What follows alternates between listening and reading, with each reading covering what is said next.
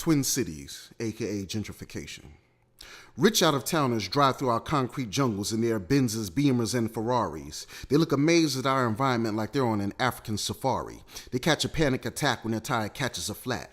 Monkey-looking crackheads approach their windows for change. They roll up their windows and they look at them strange. This sight is rather sorry in this city safari, but we survive and we look at them like they're deranged.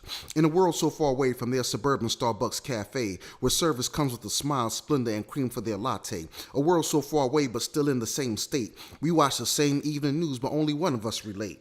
Where not only blacks function on CP time, but even paramedics, police, and fire trucks come late.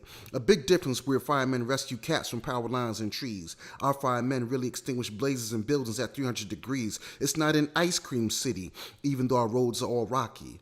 Compare them to suburban neighborhoods, smoothly paved roads, level enough to play bowling and hockey.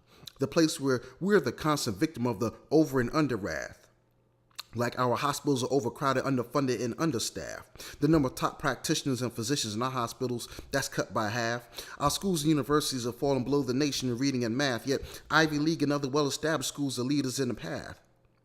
Where on the corner there are more gangs filled with young thugs, a reduction in maximum capacity when compared to local churches and boys' clubs. We are in the same state, but our cities are not in the same state.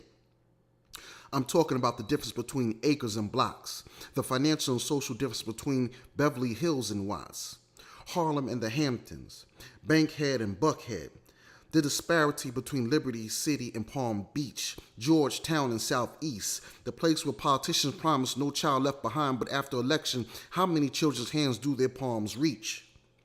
The same city they commute through daily but barely and rarely stop. It's what we call home.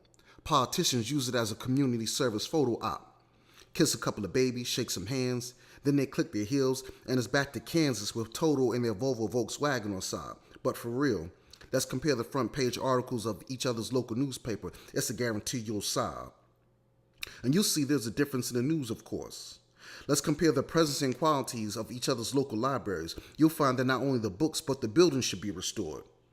Where the check cashing spots in liquor stores are neighbors or just down a few doors, so the same day you get paid, you can cash your check and purchase vodka, or at least a 12-pack, of course.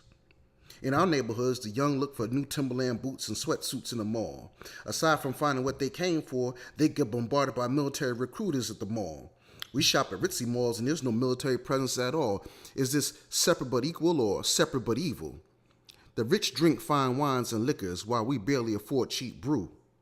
On the corners, our teenagers smoke weed from local dealers or off plants they grew. While out in the garages of suburbia, their teens get high off whiteout and glue.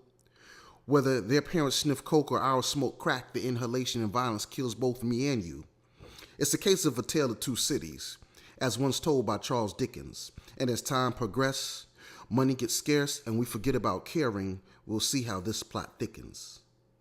It's time we mend the gap between social classes. Twin cities, aka gentrification. Samori, Swygert.